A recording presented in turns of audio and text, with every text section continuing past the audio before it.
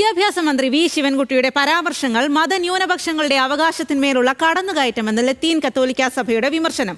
ചാൻസലറും vice ചാൻസലറും മന്ത്രിയും വിദ്യാർത്ഥി സംഘടനകളും ചേർന്ന് തെരുവ് നാടകം കളിക്കുന്നുവെന്നും ആക്ഷേപം. വിദ്യാഭ്യാസ മേഖലയെ മുൻനിർത്തി സർക്കാരിനെതിരെ സഭ രാഷ്ട്രീയ പ്രമേയം അവതരിപ്പിച്ചു.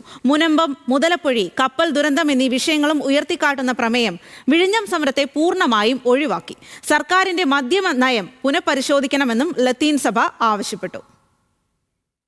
കേരളത്തിലെ ലത്തീൻ കത്തോലിക്ക സഭയുടെ രാഷ്ട്രീയ കാര്യസമിതിയായ KRLCC ആണ് സഭയുടെ രാഷ്ട്രീയ നിലപാട് പ്രഖ്യാപിച്ചത്. ഉന്നത വിദ്യാഭ്യാസ മേഖലയിലെ പ്രശ്നങ്ങൾ ആശങ്ക ഉണ്ടാക്കുന്നുവെന്ന് KRLCC vice president bishop Sebastian Thekkathuchery പറഞ്ഞു. എല്ലാവർക്കും അറിയാം, ഇവിടെ ലത്തീൻ കത്തോലിക്കരുണ്ട്.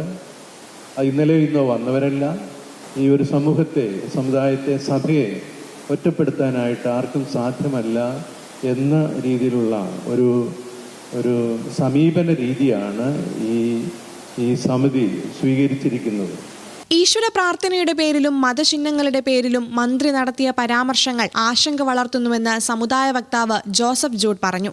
വിദ്യാഭ്യാസ രംഗത്ത് ഇപ്പോൾ തുടർന്നു വരുന്ന ഒരു സിസ്റ്റം നമ്മൾ മാറ്റുമ്പോൾ സ്വാഭാവികമായിട്ടും അതുമായി ബന്ധപ്പെട്ട് പ്രവർത്തിക്കുന്നവരുമായി കൂടിയാലോചന നടത്തുക എന്നുള്ളതാണ് സാമാന്യ മര്യാദ.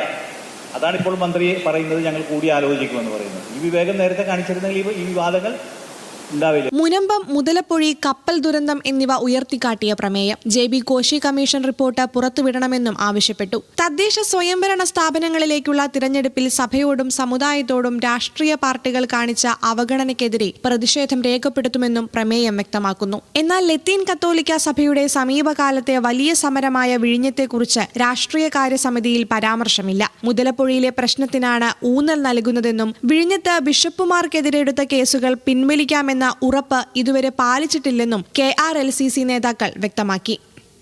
ന്യൂസ് മലയാളം, കൊച്ചി.